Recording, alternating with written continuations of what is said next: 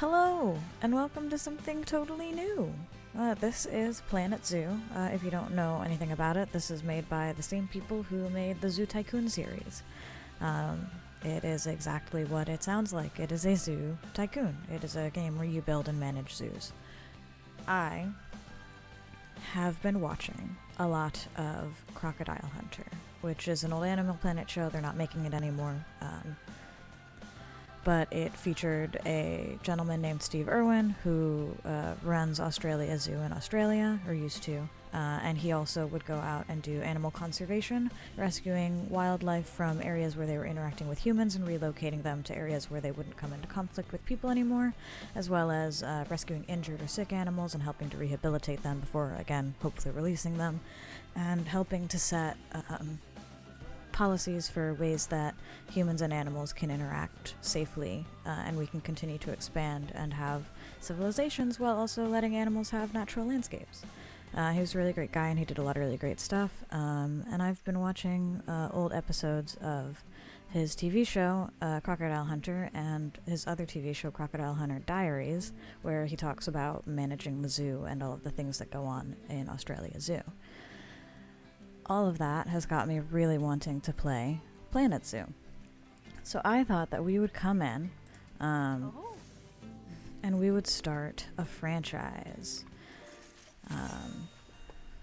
We get some currency. We'll get into all of this in a little bit. As you'll see, I have created a couple of zoos in the past, so I am familiar with this game. But I thought that we would come over and we would make an Australia Zoo. I think we're going to set it here in the grasslands on eastern Australia, maybe, which I believe is somewhere around where the real-life Australia Zoo is, although setting it in New Zealand could also be very fun. But I don't think we get to super pinpoint. But as interesting as it would be to have a desert zoo, that sounds like it would actually be a little bit harder, and you'll see why sort of once we get into it. So I think a nice grassland zoo. Yeah. I haven't made a new zoo in a while. Here we go, yeah. So we can go into Oceania, and we can make a grassland zoo. I do not remember the differences in difficulty, but I guess we can click this and find out. Animals never get bored of enrichment items, guests won't expect refunds, and 5-star guest happiness rating requires an average happiness. Oh, that's really interesting. What is it? And easy. Welfare is easier to maintain, animals won't get stressed, animals live longer, guest happiness is easier, staff take longer to get tired. Interesting. And what about hard? Animal welfare is harder to maintain, animals get stressed faster, animals will die quicker if issue is critical, animals get bored of enrichment items, guests learn less from education sources. Fair, I guess. Happiness drops at a faster rate. They can request refunds. They're less willing to spend cash. I actually think we'll put it into hard. I think that would be more realistic, I guess. Animals do get bored of things. That's kind of the thing that stood out to me the most. So yeah, let's try that. It's been a bit of time since I've played, and they've added a lot of things into this game, which we can look at some descriptions, because this is a new feature that has been added since the last time I played. I know the basics of it, but let's dive a little bit more into terrain type. A flat terrain will create a standard flat zoo. Sculpted will create a terrain sculpted zoo. That's not very helpful. Height map will generate terrain based on information found in the selected TIFF height map. Okay, I don't have any height map things, so we won't worry about that, but I do think that sculpted is boring. And so let's go, flat is boring, so let's go with sculpted. And in honor of me watching so much Crocodile Hunter, I think we are going to call it, oh gosh, can't type, the Irwin Zoo. In Australia, it's going to be at grasslands, and it's going to be a hard difficulty, and it's going to be sculpted, and we're going to do that. So let's dive right into it and see what we can create.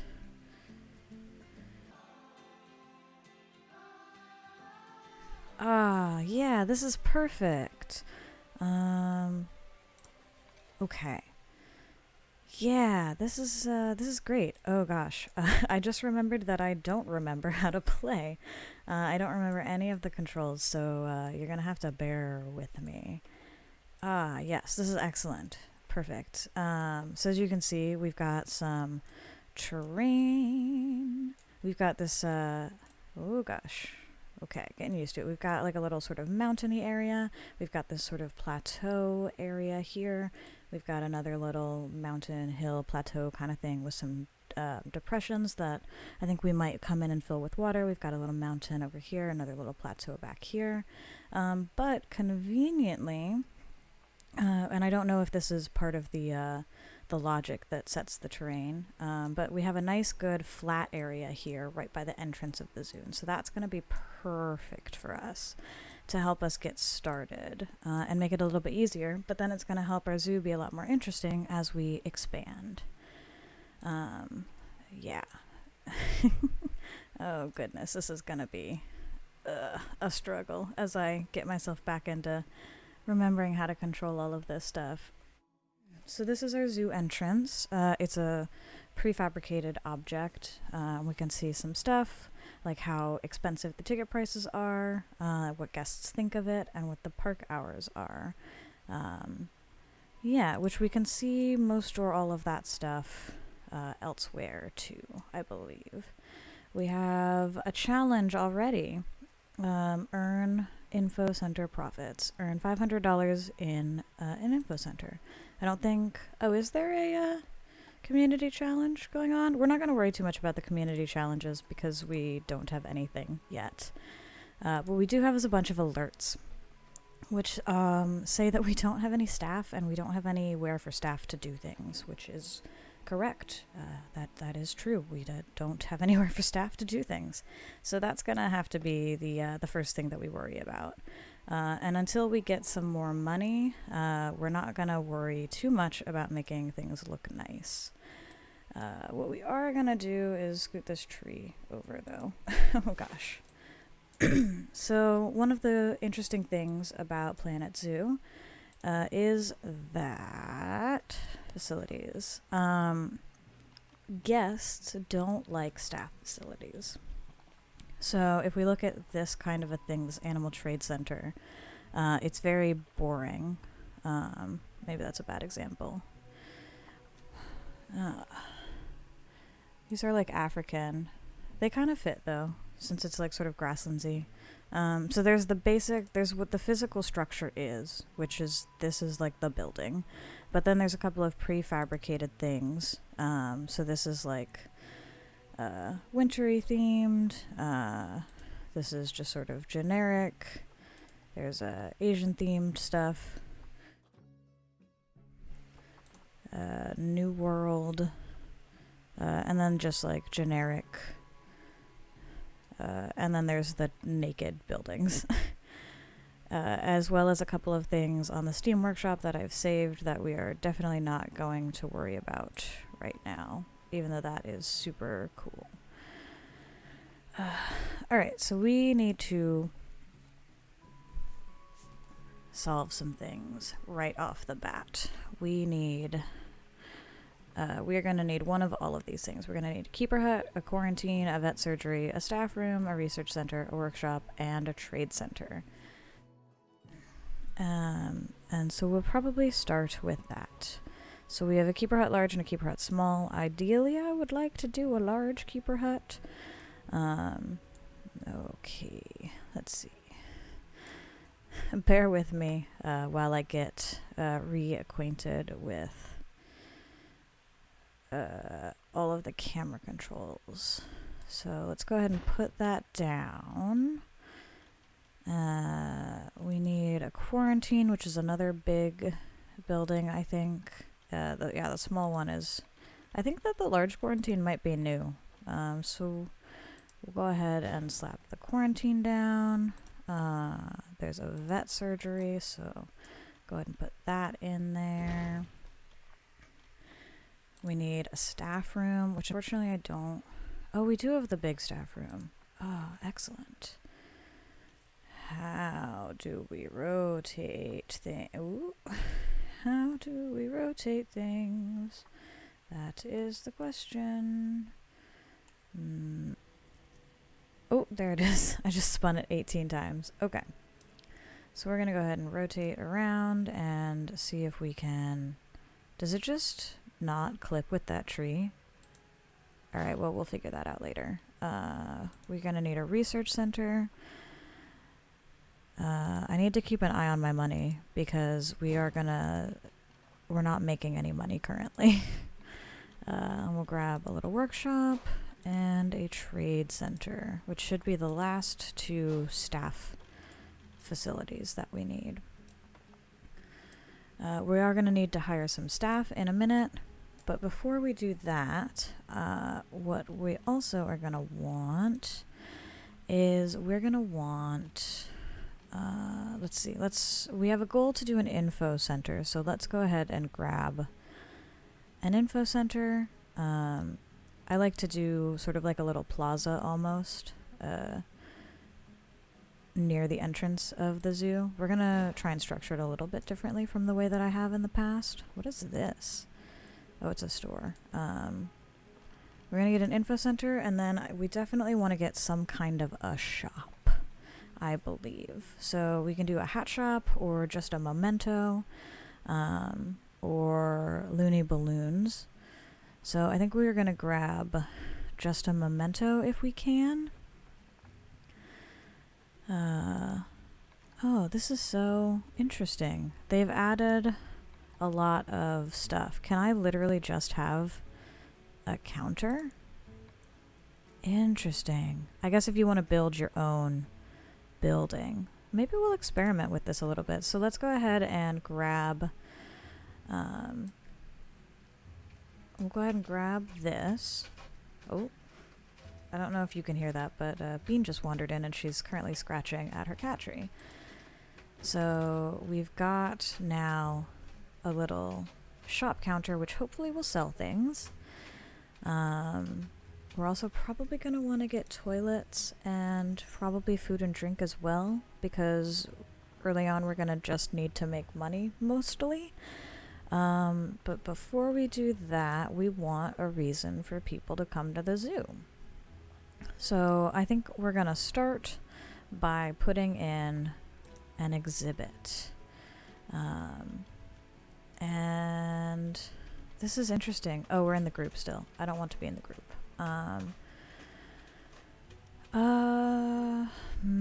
Let's go ahead. We're going to put the exhibit right over here.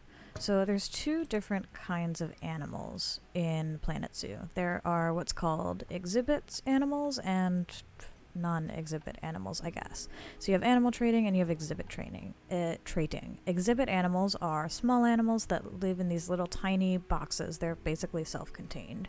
You have to make the settings to make sure that they are happy and healthy with what they've got. We'll get into that when we pick an animal.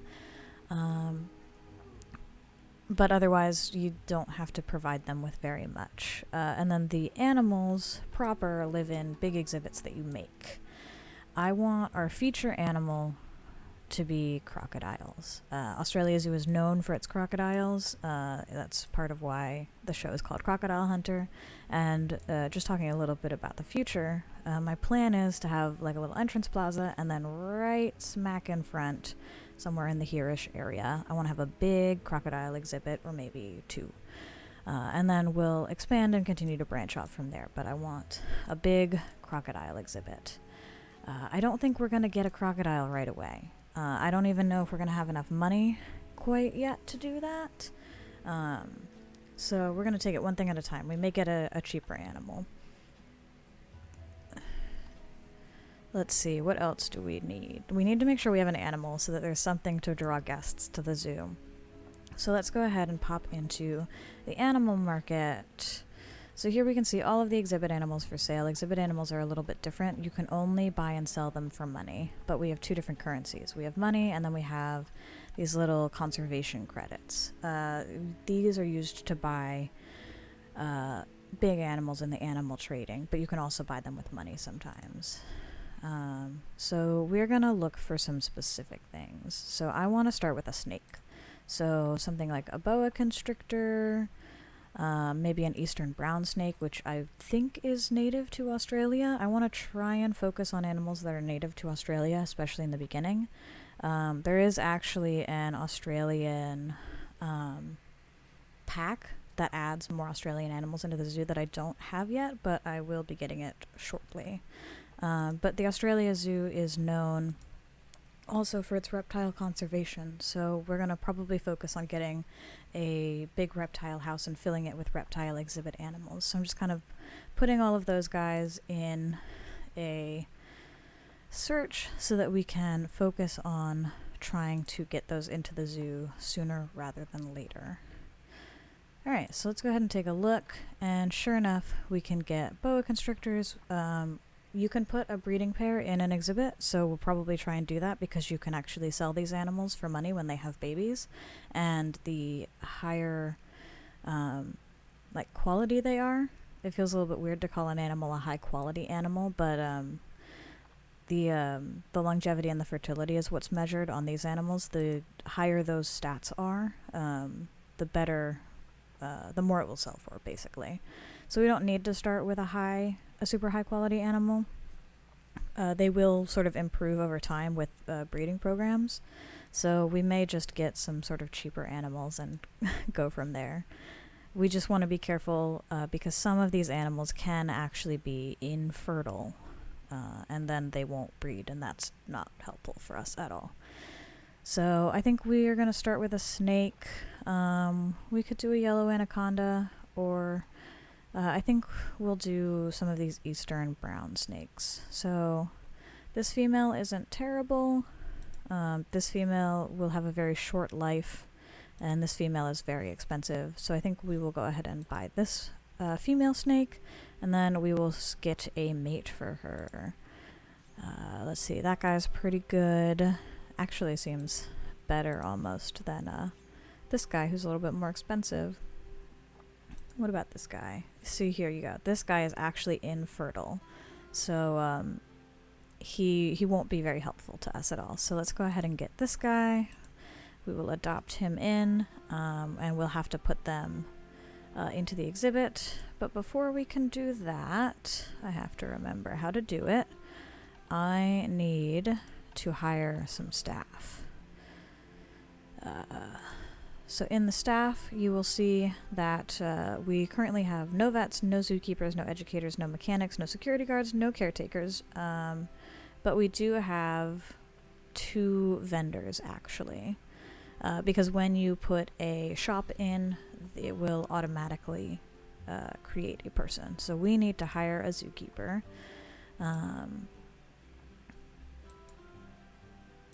And we seem unable to put them down, I think because we don't have any paths. We are also gonna want to hire a caretaker and a vet and a mechanic, so let's just go ahead and do all of that.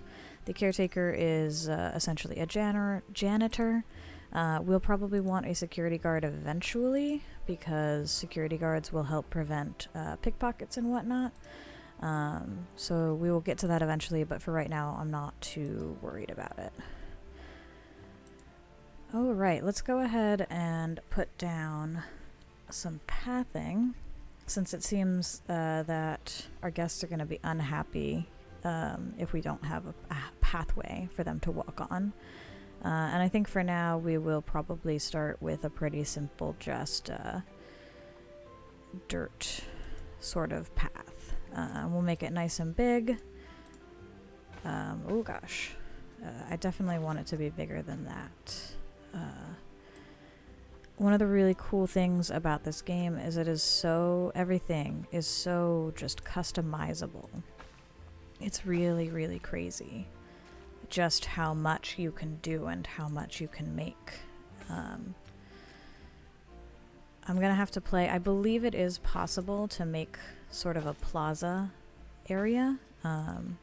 We're gonna have to probably fiddle with it a little bit, but for right now, that seems like it's gonna be good. So let's go ahead and make sure that our new snakes are gonna be sent in here. Oh, and I should probably make some pathways for our zookeepers as well. So we have staff pathways, which we will go ahead and grab so that they can be happy and access all of our buildings. We'll go ahead and make those staff pathways pretty small, I think, and make sure that it connects to all of the different doorways that we have. Oops. I find that the pathways can be very, very finicky, so we will do our best. We will do what we can to make the pathways not super finicky, but I make no promises. Go ahead and have the path connect up sort of over here. Whoops, didn't mean to do that. And then we'll head. You can also make the path segments a bit longer, but when you're doing small, fine adjustments, it's a little bit easier to not do that.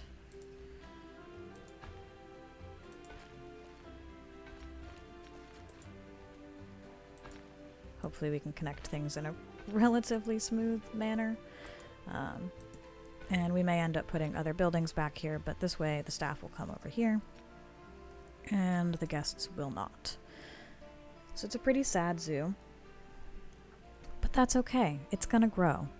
I think what might be helpful for us is to look at the animal market. So I'm currently doing some filters, so let's go ahead and take those off. And we will make a new filter to see the sort of things that we want to bring into our zoo. Tortoises are actually a really good animal to start with, but we won't worry too much about it. Let's see. What do we want to put into our zoo? There's lots of animals that would be well adapted. Gharials are a crocodilian, but they are native to India. We may put some gharials in our zoo to educate on the different types. But our sort of main thing that we're going to want to get is going to be the saltwater crocodiles. But I think lots of the big reptile species are also going to be good additions. We probably won't do anything like a polar bear that needs a dramatic habitat, at least not for a good long while. Here's the saltwater crocodile. We will definitely, we'll actually just see how much a saltwater crocodile is gonna run us. So we can get a cheap crocodile who will not be particularly healthy for money, or we can use our conservation credits, which I have built up from some of my other zoos. So like this guy, unfortunately, has very low immunity, so probably would not be a particularly good animal to get, because this animal is likely to get sick very easily. But we also can't be super picky because we can't afford a super high quality crocodile. But something like this lovely lady, she might be not bad. They added color morphs, I believe, color mutations, so that's exciting. We can look around. This is yellow-gray scaled skin with dark markings, whereas this is a green-gray crocodile. So that could definitely be a fun thing to play around with. There is albino animals. We're not going to worry about that in the slightest, I don't think. This is a really high-quality female who's actually going for pretty cheap, so she might be worth the investment. But we are going to need a male as well, so we definitely want to make sure we get a breeding pair so that we can make more crocodiles. And there's actually a pretty cheap male as well, so we'll see what's the better animal that we can get with money, so we don't spend all of our conservation credits in one place. We also want to pay attention to how old these animals are. So she is a pretty good crocodile that we could buy for money. She's 28 years old. Let's see, there was a male crocodile that was pretty good that I was looking at. Oh, there's also another page. We could definitely look at that. Some more really high quality males for conservation credits. So this marketplace is actually a live marketplace. You can see there's a time here. This is an animal that was actually created. Well, maybe not this one, but all of these ones you see for conservation credits, these are actually animals that were created by other players of the game. They picked these animals. Let's go ahead and get this high quality female. They bred these animals and they have listed them now as available for other people to pick up. So we will be breeding animals and putting them up on the marketplace as well. And when we do that, anybody can go and buy them, including you guys. We got her for credits, yeah. Oh man, and I think the male that I was gonna buy just got bought, or he expired. Oh man, darn. Alright, well, we can't be super picky, so let's go ahead and grab this male. Yeah. And so now they're in our animal storage. You'll see I have a lot of other animals, and we're probably not going to pull from them too much. Because they're from a different zoo. Oh no, I've totally ruined it. Totally messed it all up. So we'll just go ahead and grab our where is it? Our saltwater crocodiles, so that we only see the two animals that we just grabbed. And now we need to build them an exhibit. So in order to do that, we first should come into here. This is the Zoopedia. It has information on all of the animals that I currently have in the game. There's a number of DLC packs that I haven't unlocked yet, and I will probably be getting them over time. So if you have the game as well and you see that I'm missing some animals, it's because I don't have all of them. So it'll give us lots of information about our animal, a sort of little general bio. They're a large reptile species native to Southeast Asia, North Australia, and East India. They are a dangerous apex predator. Males can grow between 3.5 and 6 meters long. I don't know what that is off the top of my head, but I know in feet that means crocodiles can grow to like 20 feet long. That's a large crocodile, but crocodiles can easily grow 20 feet long and weigh quite a lot, especially the males. They are endangered, or they're not endangered, sorry. They're very adaptable. Crocodiles have been around for a very long time, and I think they're fascinating animals. So you can see here, this is their range: Northern Australia, Indonesia, Southeast Asia, that sort of a thing. What we're interested in is all of this information on the side. So we know that they are aquatic animals. They spend a lot of their time in the water, and they like tropical biomes. So this savanna grasslands area that we're in is not ideal for them, but it's not too bad. But they definitely need a lot of water. For 2 adults, which we're going to put a breeding pair in, they need at least 260 square meters of space, and they need at least 315 square meters of water. They need to be between 12 and 42 degrees Celsius, and they need at least a grade 2 fence. So this is all the information we need to make them the best habitat that they can have. So we are going to want all of that information as we go into building their habitat. In the species data, we can see their social needs and their reproduction, as well as their life expectancy. So we don't need this information, but it is good to know. They really don't like to be in big groups. They're very solitary animals. You can really only put a mating pair in there. And when they have babies, once the babies grow up, they need to be removed immediately. They don't even, unlike most animals, they actually don't like being in bachelor groups. So even if we wanted to have same-sex groups, we could still only have one in a habitat at a time. So that's very important to know. Males are very territorial. Sometimes I think you can have one male with multiple females.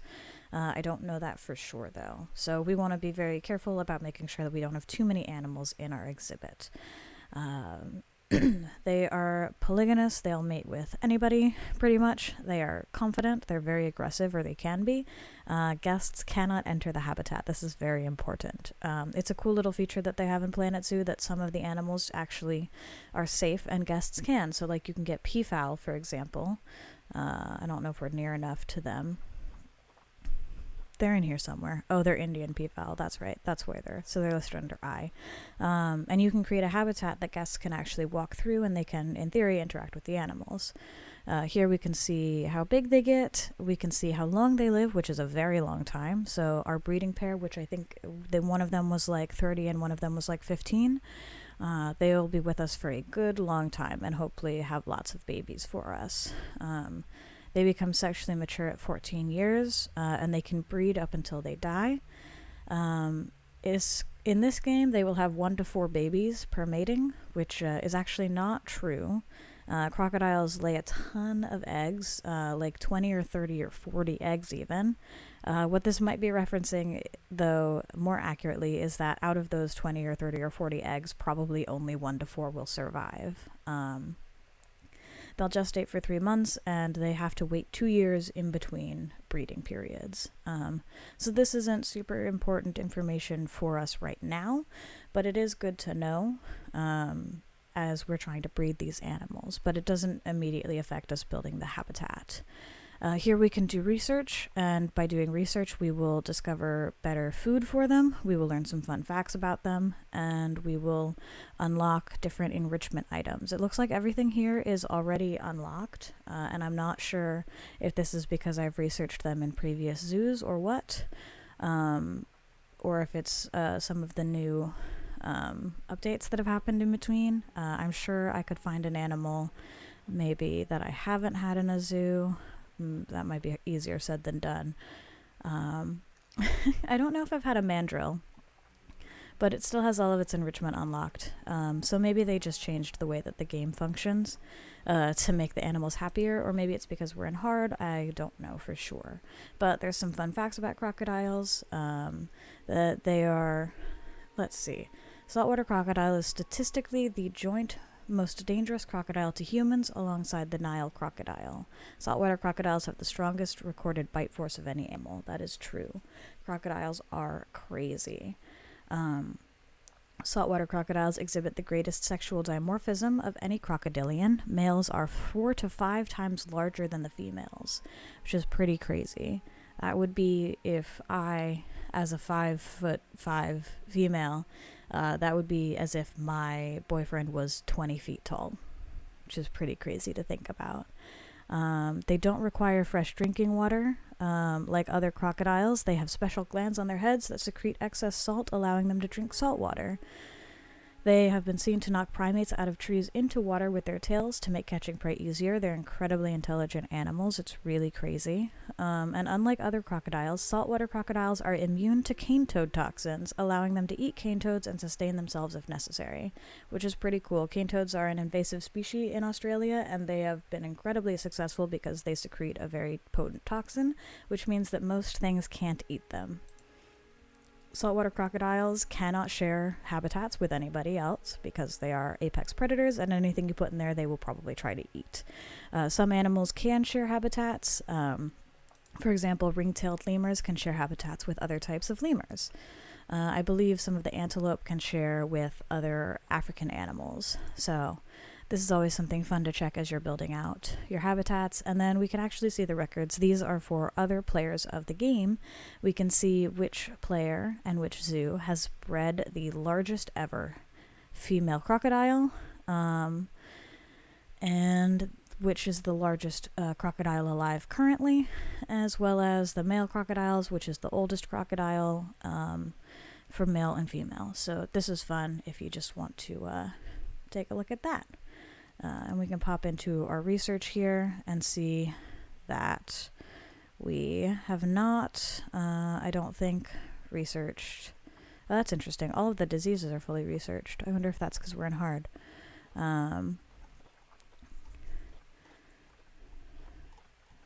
Yeah, so you can see all of the research. Our vet can do research on animals, and that's how we unlock all of those different items. that's enough of me talking. Let's go ahead and see if we can't get a habitat built. So the first thing that we're going to need is a fence. I will need a gate as well, but a fence for sure. And if you remember, we need at least a class 2 fence. So concrete is a resistance grade 6. Before we get in, one more thing to check real quick. We also need to know how tall the fence is. So animals can escape out of their enclosures, or they can break the walls. Something like a big cat that can jump and climb needs a very tall fence, generally speaking, but crocodiles don't need a very tall fence. So whatever we do, it can be, as long as it's taller than a meter, we should be good. So we need a grade 2 fence that's at least a meter tall. Crocodiles are not very good jumpers or climbers, although they are pretty mobile. So we can actually give them a glass barrier. There's a lot of options. There's concrete, there's glass, there's one-way glass, there is wood logs, there is steel mesh, there is red brick, there is gabion, corrugated, chain link, electric fence that needs to be powered, and a hedge. So we want to make sure that our guests can see through into our habitat, and so we can do that in a couple of ways.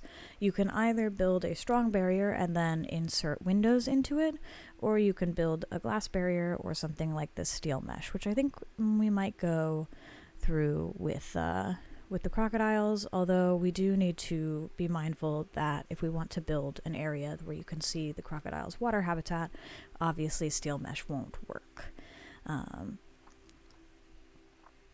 It's also important to note if fences are climbable or not. So you don't want to put a wooden fence around a monkey habitat because they'll just climb right out. So maybe we'll go for the glass. We don't need to worry about... there's a dilapidation rate, which I don't think was there before, which basically just indicates how quickly the fence will deteriorate and how often the mechanic will need to come and maintain it. So glass deteriorates very slowly. It has a resistance grade of 3, which is greater than what we need. It's not climbable, and it is watertight, so I think it'll fit our needs just fine. We could put one-way glass in. This is used when animals are frightened of humans. It means that the animal, in theory, won't be able to see out at the humans looking at it, but the humans can look in to see the animal, and so it reduces stress on the animal. As we saw, crocodiles are confident around people, so I think we can just throw a glass fence and it'll be just fine. So we're probably going to do a little bit more of a plaza-y area, so we'll start sort of, I don't know, maybe over, let's say here-ish. I'm going to go ahead and lengthen the fence a little bit so that we can build in bigger pieces. Let's see. And yeah, we're just gonna sort of make a... Go ahead and zoom out a little bit so we can get a bit of a better sense. It doesn't actually need to be a super huge habitat, so we're just gonna kind of make a little sort of bean-shaped kind of a thing. And once we get it all completed, we will go ahead and put a gate into it. We'll do a nice sturdy habitat gate. Could put a glass habitat gate that matches, but I think we'll go ahead and put a nice good metal door. And we will put the gate over on this side because then we can connect up nicely to our keeper path. And our keepers, who will be taking care of our animals, our vet and our vet clinic and all of the food and stuff, it'll all be right here and super close to our crocodiles. Now we need to find out if it's big enough. So we need 200 feet of land space and 300 feet of water, so we need at least 500 to start. And our land area currently is 1,600, so we have plenty of area. So we're going to go ahead and call this Crocodile enclosure. And if you guys have ideas for fun names of what we can call these things, please let me know. it's a lot more fun if we start to give all of our animals fun names and name all of our enclosures and whatnot. And now we got to do the main part. We're going to want to make sure that our crocodile has lots and lots of water. Crocodiles don't need super deep water. We might give them some deeper pool areas, but for the most part, they actually prefer being in shallow water. So we're going to go ahead and give them a ton of water space so that they can be happy. But they do still need land area so that they can bask and sun themselves and get nice and warm since they are reptiles. We don't fortunately have to worry too much about it getting too cold for them since we are in a sort of grasslandsy area. But it's also important to make sure that our keepers can get around so that they can properly take care of our crocodiles. So we don't want to fill it too much with water. We got to find a nice balance. So we may end up experimenting a little bit more with building a lower viewing area over here. I haven't played too much with the new water mechanics since they implemented them, but for right now we won't worry too much about it. So we'll go ahead and pop some water in here, and there we go. A nice sort of organic looking pond. And we are almost ready, I think, to put our animals in and open the zoo up to guests. So we're going to go ahead and we want to make sure that our guests get to experience our crocodiles. So we'll go ahead and make the path a little bit bigger so it's easier for guests to walk around and enjoy. And we'll make a little sort of viewing area here. And there's still plenty to do to make sure that our guests are going to be happy. But for right now, we're starting to get low on money, and so we definitely are going to need to get our guests going. Last thing I think we will do, we need to, oh man, I almost forgot. We need to make sure that, I think, hold on. Where is the menu that I am looking for? Heat maps, here we go. Okay, this is an ugly screen. Okay, so these heat maps, we will try and look at them. These will tell us lots of things, like how hot or cold it is, which is important if we have animals that need to live in certain temperature ranges. So it'll tell us that it's way too hot for something like polar bears, or it'll tell us if it's too cold for some of our reptiles. It'll also tell us what things have power, because everything needs power. And water needs to be purified. So this is what I wasn't sure about. So our zoo entrance provides a buffer of power so that we don't need to buy any power just yet. We don't need to buy any generators or anything. But it does not provide water purification. So, since we have a lot of water right here, we are going to get a water treatment plant.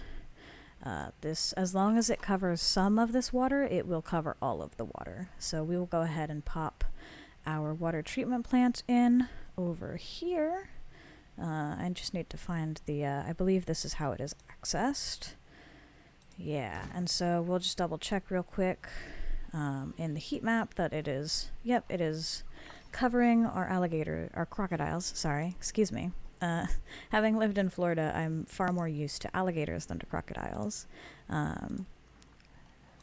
But this will cover our crocodiles' water so that they won't get sick because their water will be dirty. And now our keepers can access it and make sure that the water is being treated properly. We need to make sure that our alligators are going to have food. So let's see. An arboreal feeding platform. And let's see. We can sort by feeding stations and water stations. So arboreal just means trees. We don't need that for crocodiles. A food bowl, that's definitely an option. A food cage, we don't really need. A food tray, a feeding trough, an underwater plant feeder, an underwater fish feeder. That's interesting. I have not messed with these at all. So let's get a large food tray here, where it'll be very easy for our keepers to access, I think. Another nice thing about the food tray is it will cause the animals to come up close to the people. So we'll put it over here where the humans are to make sure that the crocodiles will come up to the humans. I know they just said that crocodiles don't need water, but we'll go ahead and throw a water pump in just to be safe, so that they have clean drinking water, even though it sounds like they don't really need that. We don't need any heaters or coolers for them right now, but we probably should give them some kind of a shelter. All animals enjoy having a shelter. Bedding, no, we want a shelter. Crocodiles are very big, but they don't need a ton as far as shelter goes, so I think we'll just go ahead and pop in. Hopefully that's level with the ground. Pop in just a nice little low wooden shelter. They're not very tall animals. And we'll give them a little bit of some like hay, as well as some of these leaves. This will sort of simulate an alligator's nest site. Alligators and crocodiles and gharials all actually build nests, surprisingly. And they're very devoted to them. They will get a bunch of leaf material and dried grasses and mud, and they'll build it all into a big pile, and they'll lay their eggs right in the middle of it. And as all of the leaf matter and all of the grasses and the plants and stuff decays, it actually generates heat, and so it'll keep the eggs nice and warm, since alligators themselves can't incubate the eggs. And last but not least, we're going to throw in some enrichment items real quick, I think. These underwater feeders are pretty interesting, so we might throw some of those in, but I think for now we're going to keep it super simple, and we'll give them a little blood scent marker since they are carnivorous animals, and we'll give them a block of frozen fish and see if that is of any interest to them, and we'll see if that is satisfactory for them. So let's go ahead and look at our animal page, and we're going to go ahead and we're going to send these guys to our zoo. And, uh-oh. Alright, well, we'll figure it out. Give me 1 second, and I'll see if I can't get it figured out a little bit. Alright, there we go. I think maybe it was just upset because the game was paused. So we now have our first guests to the zoo. It's not a very exciting zoo, but we're not done quite yet. Alright, we're not quite done yet. So we have here our lovely, yes, I know, we're very low on money, so we're not going to be making any improvements anytime soon. So we have here our lovely eastern brown snakes. And it's very important that we make sure that they are well taken care of. So we actually lucked out. So each of these exhibits has a temperature and a humidity range, and we actually lucked out that the default range that it's set to is actually perfectly matched for their habitat. So they are very happy. The only thing they need is exhibit items, which we will get through research with our vet, and it basically serves as like enrichment. And here we have our crocodiles.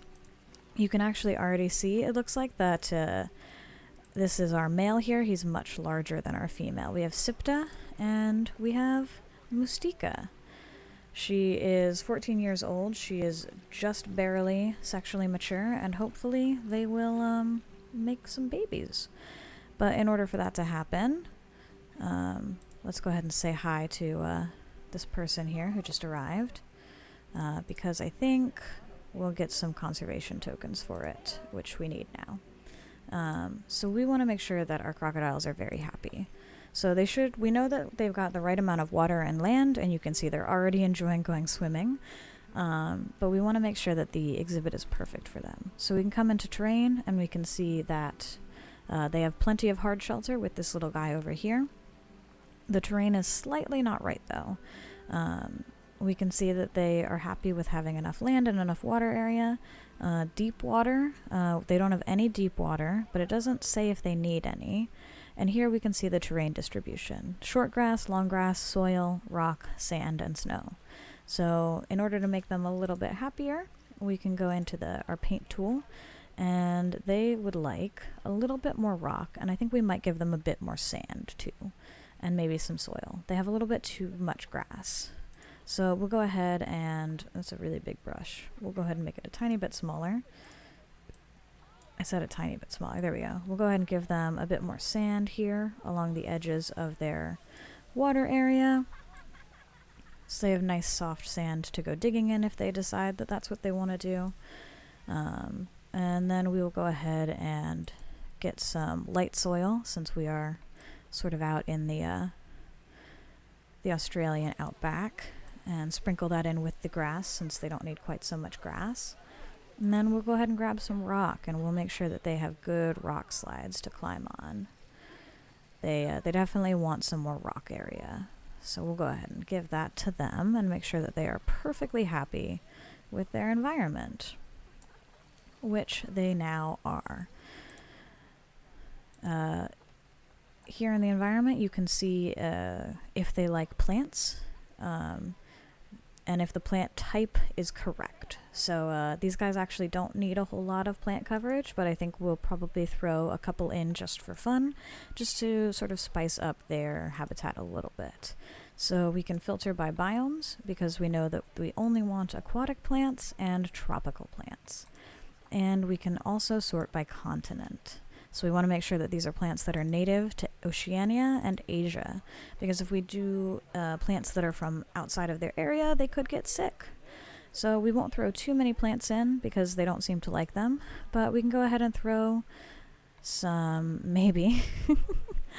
The water plants are always a little bit tricky, but we can go ahead and throw some little lily pads in, as well as maybe some reeds. These will mimic the sort of natural environment that these crocodiles would have. Go ahead and grab a different kind of reed, and it'll give them sort of sheltery places to hide. We'll go ahead and put some over here around where their shelter is, so if they need a little bit of privacy, which they probably won't because they're pretty confident around people, but if they do decide that they want to get away from all of the guests, they can do that, and they have a little bit of privacy. We will go ahead and grab maybe, let's see. I don't know what that plant is. That's very interesting. Maybe grab them sort of a little random tree. I don't think we'll do any bamboo necessarily. Definitely don't need a tree that big. Maybe just a mangrove apple, which seems like the kind of tree that you might find near water, and that'll probably just about do it for us. They don't like a whole lot of plants. We might sprinkle a couple of like little small guys. Okay, maybe not a massive scaviola bush, but maybe just like a little one. Let's see, is there any more sort of ground covery things?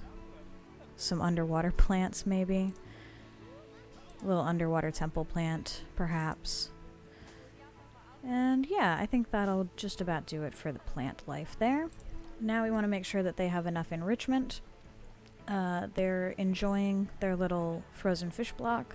They don't super care for the blood scent marker, but they're pretty happy on their enrichment, so we'll let them keep that for now. And we can see if they have any kids or not in here, which currently they have not done that, but now that they're nice and happy, and we know that they're nice and happy, we can make sure that that should encourage them to breed. Aren't these guys just beautiful?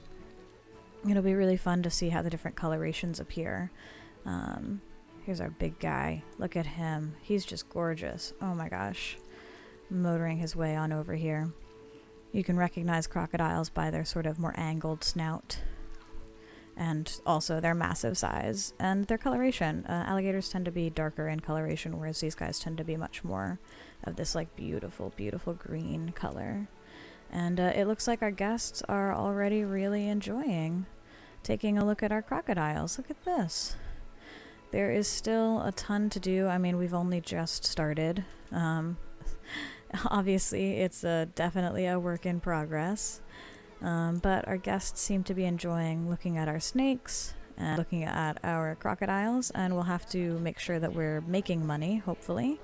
But I think that's going to have to do it for this little introductory look into Planet Zoo. I hope that you enjoy it. Please let me know if you want to see more of this.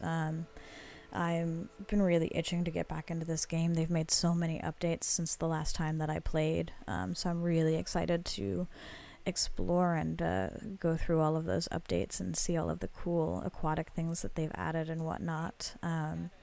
If you have ideas for names of things, we can name pretty much anything.